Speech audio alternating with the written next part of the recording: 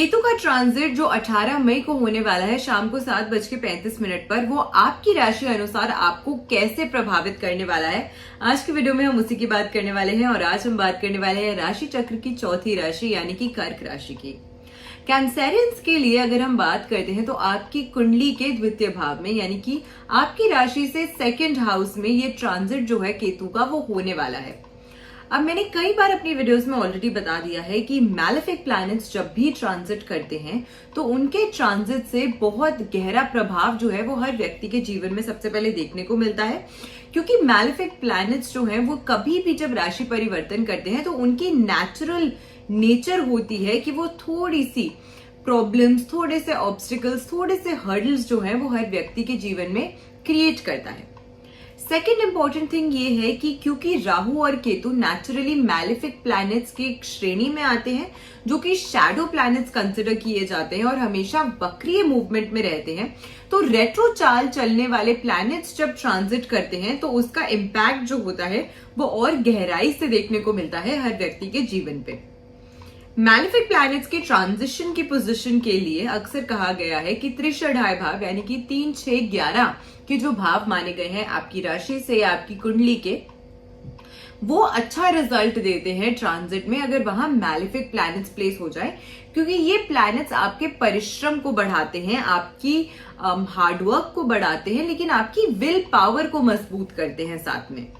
अब आपकी कुंडली के अनुसार अगर मैं बात करूं, आपकी राशि के अनुसार अगर मैं बात करूं, कर्क राशि के लिए आपके लिए ये जो ट्रांजिट हो रहा है ये आपकी कुंडली के सेकंड हाउस में हो रहा है। सेकंड हाउस नेचुरली आपके लिए आपके धन का भाव है, आपकी इनकम का भाव है। ये भाव आपकी कम्युनिकेशन का भाव है, आपकी वाणी का भाव है। ये भाव आपकी फैमिली के साथ, आपकी फैमिली रिलेशनशिप्स का भाव है। फैमिली के साथ जो आप समय स्पेंड करते हैं, फैमिली से जो संस्कार आपको मिलते हैं, उसका भाव सेकंड भाव माना गया है यानी कि द्वितीय भाव माना गया है। यहां पर एक नेचुरली मैलेफिक प्लैनेट की प्लेसमेंट जो हमेशा रेट्रो मूवमेंट में रहता है और एक ऐसा प्लैनेट जो कि बेस्ट नोन है for its traits of seclusion and separation, यानी कि केतु जिस भी भाव में बैठता है उस भाव से वो थोड़ा सा व्यक्ति को अलग करता है, अलगाव की स्थिति पैदा करता है। अब ऐसे में क्योंकि सेकंड हाउस आपकी कुंडली का, द्वितीय भाव आपकी कुंडली का आपके धन, आपकी वाणी, आपकी कुटुंब, आपकी फैमिली लाइफ को दर्शाता है, तो जाहिर सी बात है कि वहां पे केतु प्लेस होके अगर आपको इन सभी एस्पेक्ट्स में आपके जीवन में एक तरीके से सिक्लूजन देगा या एक तरीके से आपको इन स्थितियों से अलग कराएगा, तो इसका फल तो अच्छा नहीं होगा। इसी के साथ राहु केतु वो प्लैनेट्स माने गए हैं जो 180 डिग्री के एक्सेस में हमेशा एक दूसरे से रहते हैं और इसीलिए एक साथ ही गोचर करते हैं। अब जहां पे आपकी कुंडली के सेकंड हाउस में गोचर कर रहा है केतु, वहीं आपकी कुंडली के अष्टम भाव में जो आयुदयी भाव माना गया है यानी कि आपके लिए आपकी लॉन्जेविटी का भाव है, वो भाव भी कहीं ना कहीं राहु की प्लेसमेंट से इंपैक्ट हो रहा है। अष्टम भाव में भी मैलेफिक प्लैनेट्स की प्लेसमेंट या बेनिफिक प्लैनेट्स की प्लेसमेंट, अष्टम भाव कुंडली का एक ऐसा भाव है जो जितना ज्यादा ग्रहों से एम्प्टी हो यानी कि जितना ज्यादा ग्रहों से ये ग्रस्त ना हो या फिर उससे इम्पैक्टेड ना हो उतना ज्यादा बेहतर कंसिडर किया जाता है। और यहाँ पे मैलेफिक प्लैनेट की प्लेसमेंट अगेन सूटेबल कंसिडर नहीं करी जाती है। अब 29 मार्च को ऑलरेडी सैटर्न जो है वो ट्रांजिट कर चुके हैं और सैटर्न ने भी आपकी कुंडली के अष्टम भाव में ही गोचर किया है। तो 51 दिन के इस लंबे समय में यानी कि 51 डेज के स्पैन में राहु और साथ के साथ में शनि का जो गोचर है 29 मार्च से 18 मई तक रहने वाला है इसी भाव में। तो अब इसी भाव में गोचर रहने की वजह से, इसी भाव में इफेक्ट रहने की वजह से आपकी कुंडली के आपको थोड़ी सी परेशानियां जो है वो आपको देखनी पड़ सकती है। अब केतु का प्लेसमेंट क्योंकि आपकी कुंडली के सेकंड हाउस में हो रहा है और वहां से डायरेक्ट शनि देव भी आपके अष्टम भाव से केतु को एस्पेक्ट दे रहे हैं, सबसे पहले इस समय के दौरान आपकी कम्युनिकेशन बहुत ज्यादा कमजोर होने वाली है। कमजोर होने का मतलब ये नहीं है कि आप अपनी बात को बोल नहीं पाएंगे या आप रख नहीं पाएंगे, आपके बोलने के तरीके में कहीं ना कहीं आपको थोड़ी सी कठिनाई होगी। यानी कि you will be able to say what you desire to say but you will not be able to present it in the right way. आप जो बोलना चाहते हैं आप वो बोलेंगे तो, लेकिन सामने वाला व्यक्ति आपकी बातों का मतलब शायद सही तरीके से समझ ना पाए, जिसकी वजह से ये बहुत ज्यादा पॉसिबिलिटी है कि आप बोल कुछ और रहे हैं और सामने वाला कुछ और परसीव कर रहा है। और जब तक वो आपकी बात सही तरीके से परसीव कर रहा है तब तक तो कोई परेशानी नहीं है, लेकिन अगर आपकी इंटेंशन गलत नहीं है लेकिन आपके बोलने का तरीका या आपको खुद के प्रेजेंट करने का तरीका उसमें कहीं कमी है या गलती है, तो हो सकता है कि सामने वाला आपकी बात समझ ना पाए और आपकी अच्छी चीज को भी गलत समझ ले। ये प्रॉब्लम आपको बहुत अधिक रूप से देखने को मिलने वाली है 18 मई से केतु के गोचर होने के बाद से। तो इसीलिए इस समय के दौरान it is highly important, very very important आपके लिए कि आप अपनी कम्युनिकेशन स्किल्स पे काम करें और अपनी वाणी पर नियंत्रण भी रखें और खास करके ध्यान भी रखें कि आप कितना किसको क्या बोल रहे हैं, कि कहीं आपकी छोटी सी बात, कही गई बात की वजह से आपके आने वाले समय में आपको कई सारी प्रॉब्लम्स, चाहे वो आपकी पर्सनल लाइफ हो या प्रोफेशनल लाइफ हो, दोनों में ही ना झेलनी पड़े। सेकेंड इंपॉर्टेंट चीज, दूसरा भाव आपकी कुंडली का, द्वितीय भाव जो है आपकी कुंडली का, ये आपके लिए आपका धन का भाव भी है। इस समय के दौरान आय के स्रोत को आपको थोड़ा सा ध्यान उस तरफ देना पड़ेगा, यानी कि अपनी इनकम के रिसोर्सेज की तरफ आपको थोड़ा सा माइंडफुल रहना पड़ेगा। इनकम अर्जित करने में इस समय के दौरान आपको परेशानी हो सकती है। New opportunities to earn income अगर ढूंढ रहे थे, आप पैसा कमाने के लिए नई आय के स्रोत की तलाश में थे, तो उसमें कहीं ना कहीं आपको थोड़ा सा डिले का सामना इस समय के दौरान करना पड़ेगा। जनरली भी आपको लगेगा कि आपकी इनकम एंड एक्सपेंडिचर जो है वो मैच नहीं कर रहे हैं। Your expenditures might increase your income. इस समय के दौरान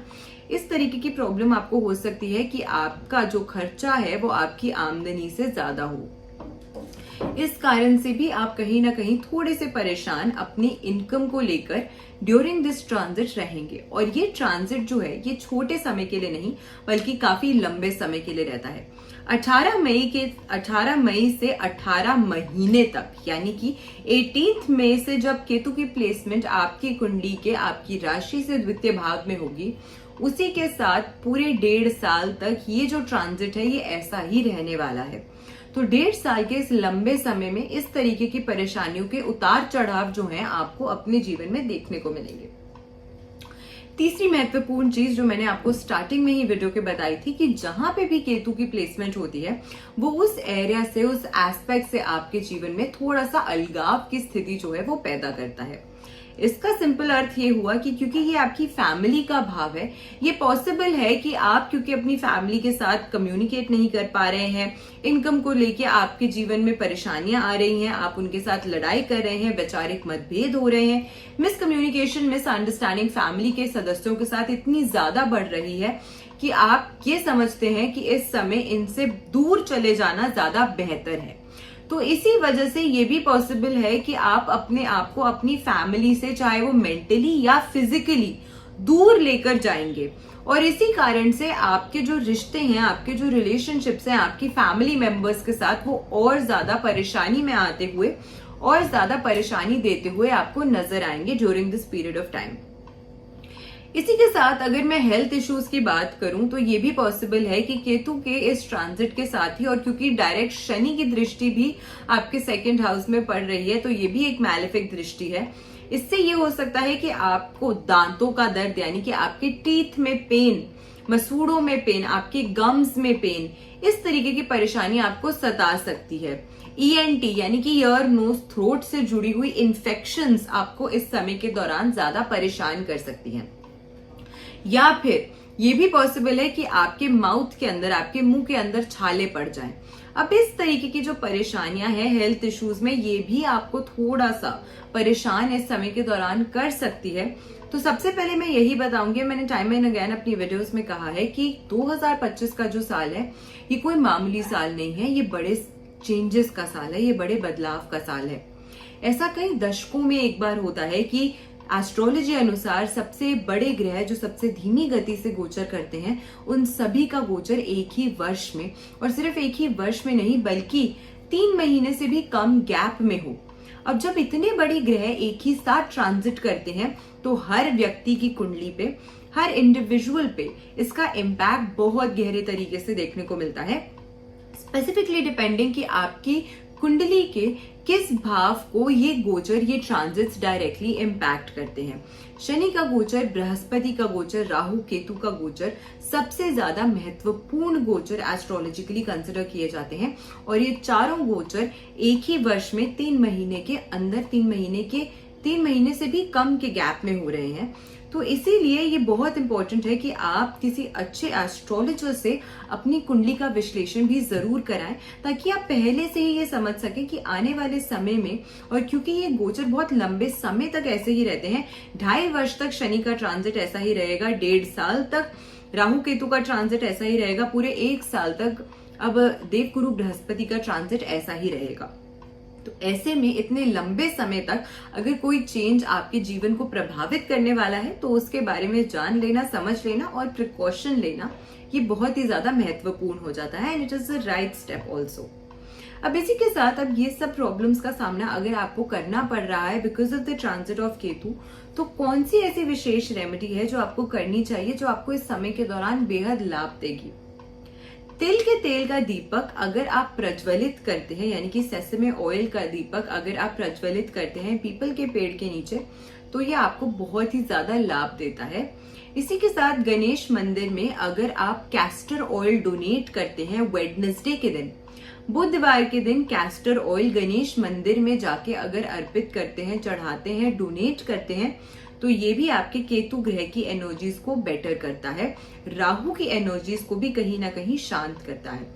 तो ये रेमेडीज अगर आप करते हैं नियमित रूप से इस गोचर के दौरान तो आपको काफी लाभ मिलेगा।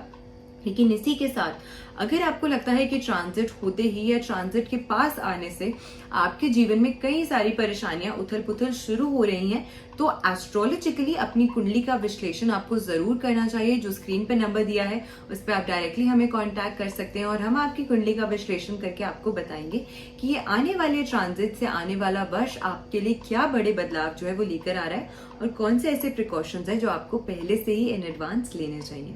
आशा करती हूँ आज की वीडियो आपको पसंद आई होगी। वीडियो अगर अच्छी लगी हो तो ज्यादा से ज्यादा लोगों तक वीडियो को शेयर जरूर कीजिएगा। चैनल पे नए हैं तो चैनल को सब्सक्राइब जरूर कीजिएगा। ऐसी बेनिफिशियल वीडियोस के साथ फिर से लौट कर आएंगे हम इसी चैनल पे। आशा करती हूँ आपका दिन शुभ रहे। नमस्कार, जय माता दी।